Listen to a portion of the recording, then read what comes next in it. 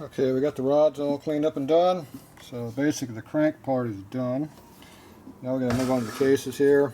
I need to put the Timken bearing over here. You can either take this snap ring out in here or leave it. When you get the new bearing kit here, they come with a new one. Two bearings, two cups, inner spacer and the outer spacer. So these are always the same size, so unless there's something wrong with one that's in there, I just leave it. So that eliminates the problem screwing with it. So all we gotta do is clean this up a little bit, press in the new cups in here, and double check to make sure all these surfaces here are clean and there's no damage on this case. So I've already checked that everything's smooth. I'll run a little file across it here just to make sure. I got my little fine file here I use, flat file. I'll just double check the gasket surface, then I'll go clean this up. So the first thing I do is get the bearings pressed into here. So we just wipe off the lint and stuff that's been sitting on.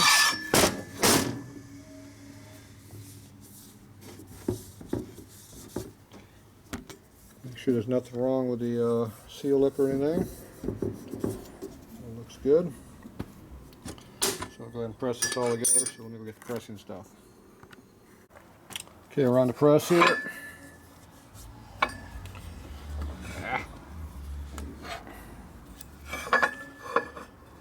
Make sure you're on the blocks really good.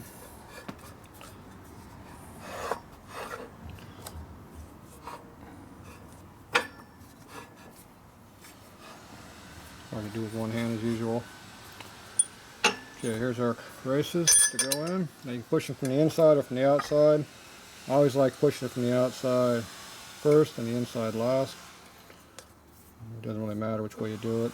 This is your pressing tool, mandrel. Basically just holds the race on there. You got to make sure you're pushing it correctly. If you push the tapered part toward the snap ring, you won't be able to put a bearing in it. So the tapered part goes out. You have to remember to do that. If you do it wrong, it'd be kind of hard to put the motor together.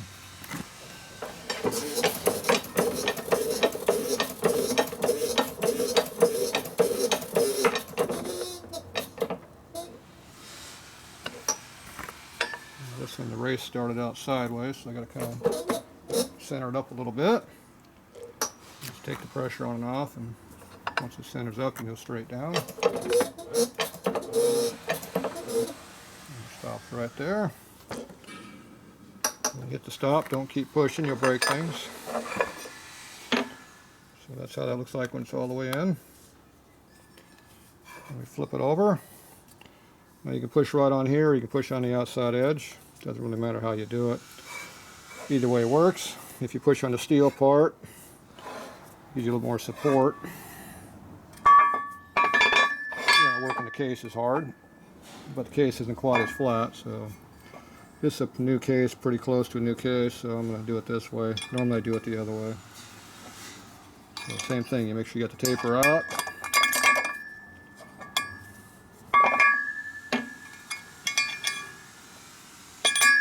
Get on it.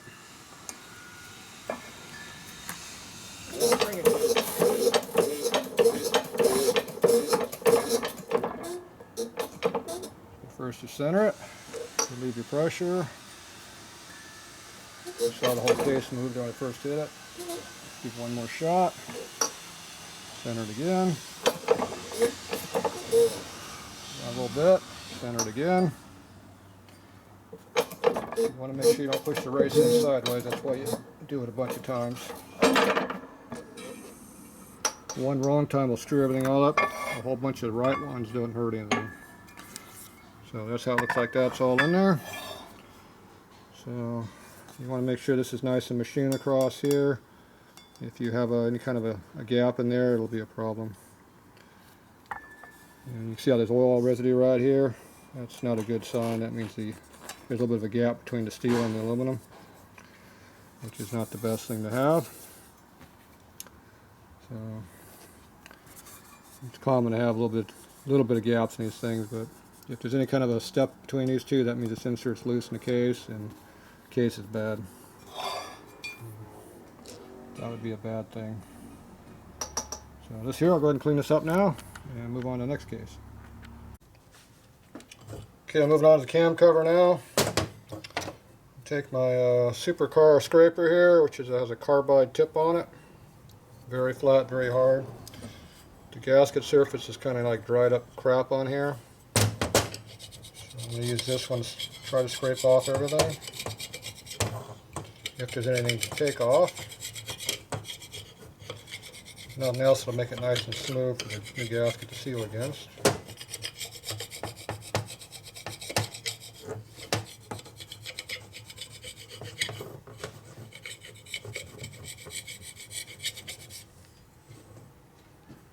So that's all it took off, was that little bit right there. That's more than I like, so I took it off. Alright, so that's all cleaned up. So I'm going to take these bushings out. So this one here takes a puller.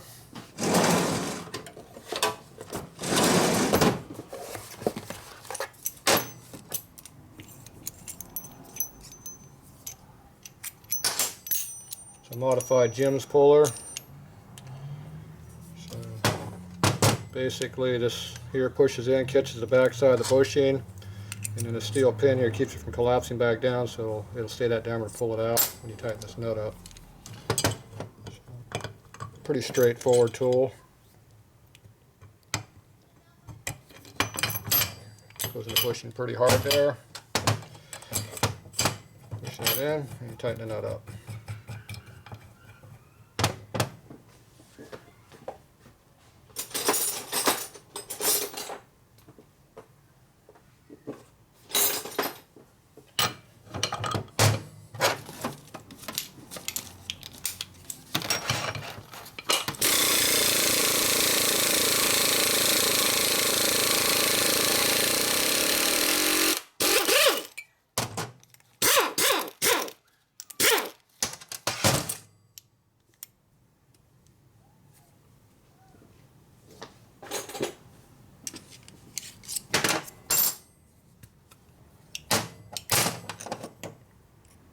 There's your bushing.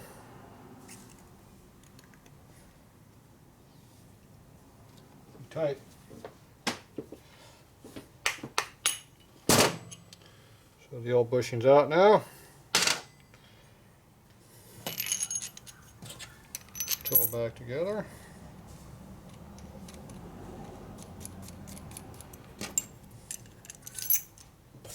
That's all there is to that. Quick tools help. And this is my tool I use for pushing it back in. It's made for something else.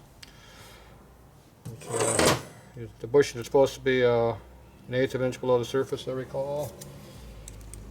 Yep, 1/8 inch. So this tool here fits inside the bushing hole right here, and we'll recess it in there 1/8 of an inch. And it pushes this one in. Now this one here, this has no oil hole in the side of it or anything, so this is a 93 and up style bush. So S&S, instead of running the holes,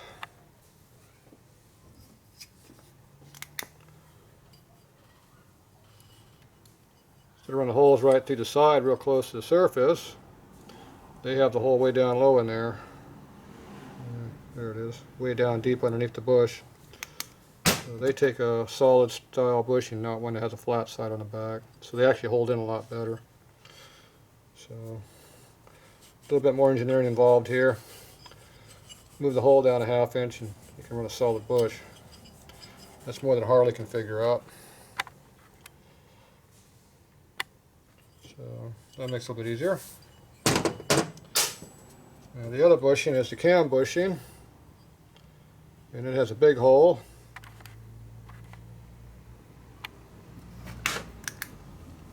Right there. The hole's a lot bigger than it needs to be.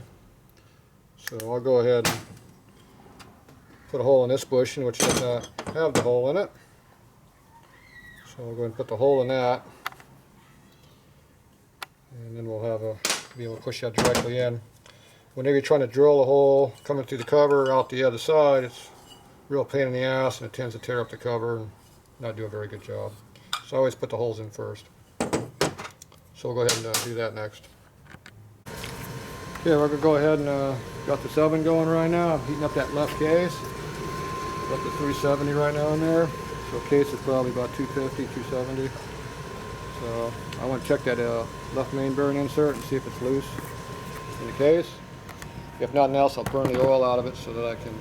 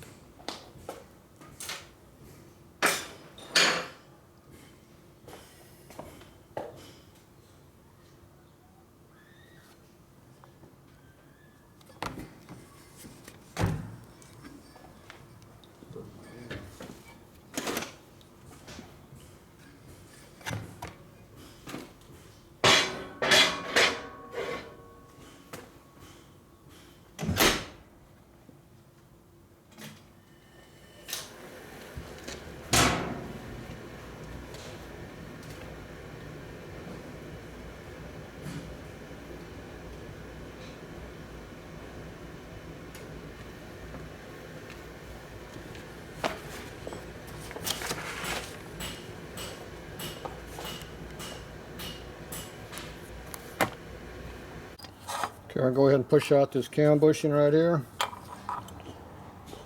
So I just use a pushing tool here. Set that right there. We just sit on a set of parallel blocks right there. Got an extension block here.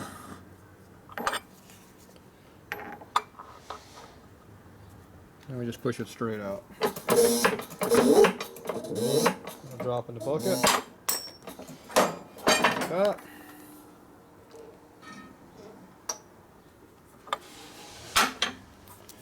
And our bushing's now out.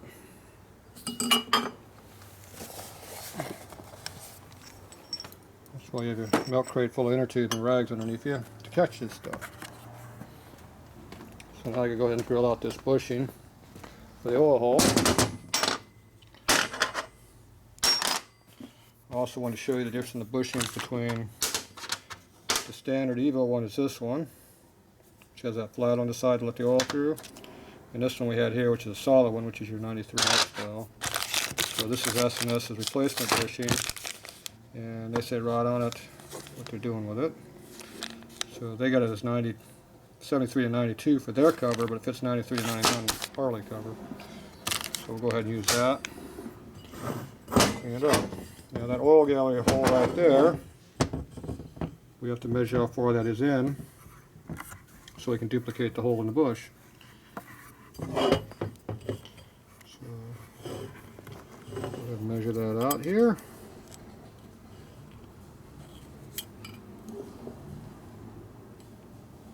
And it looks like they're about 300 thou in. So, which is our normal dimension to use almost every cover I've seen. So that means we'll go ahead and take this bushing right here. We'll measure in 300 thousandths from the side, and we'll poke our hole right through there. So we'll go do that next. Okay, I just put the center punch mark right there at 300 in. We're actually about 285 probably. That's close enough. So now we gotta go ahead over here to the mill, and we gotta drill the hole with a center drill right in that spot. So this is gonna work on here. Probably not very well.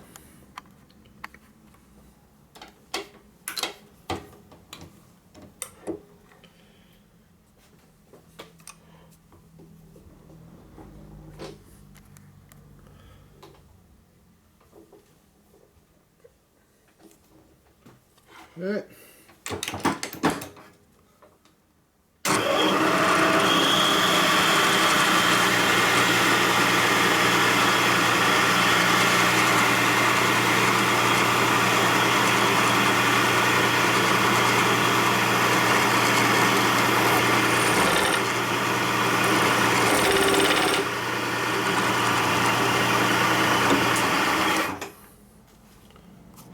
All right.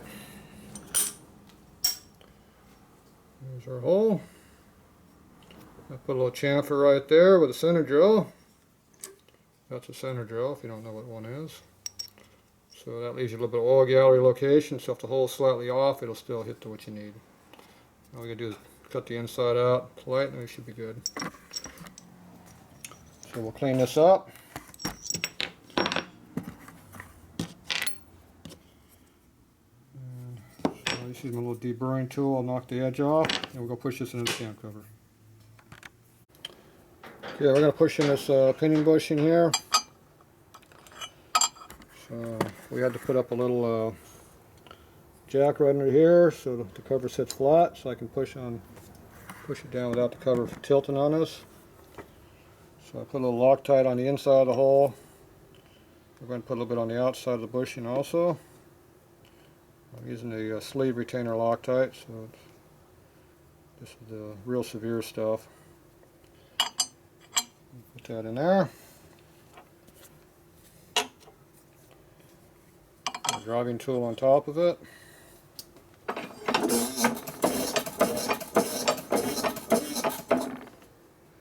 should just go straight down, hopefully. Of course it doesn't want to.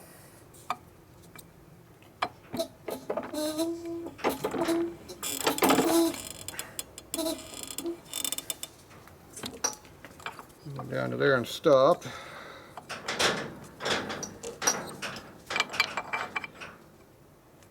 I'm in the right spot. Do some more.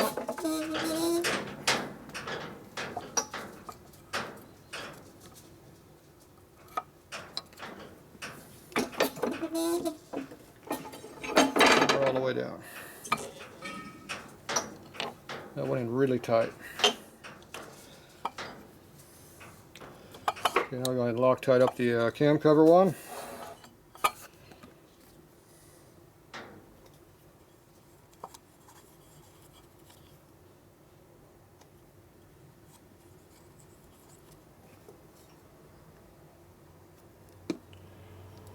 So this one here's the outer cam bushing we're doing here. This one you got to line the hole up before you press it in.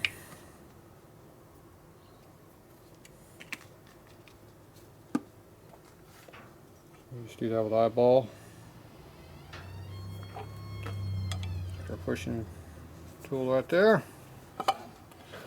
And push it in.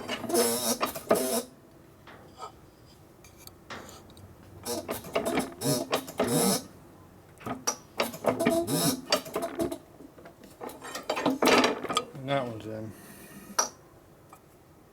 That went in a lot easier.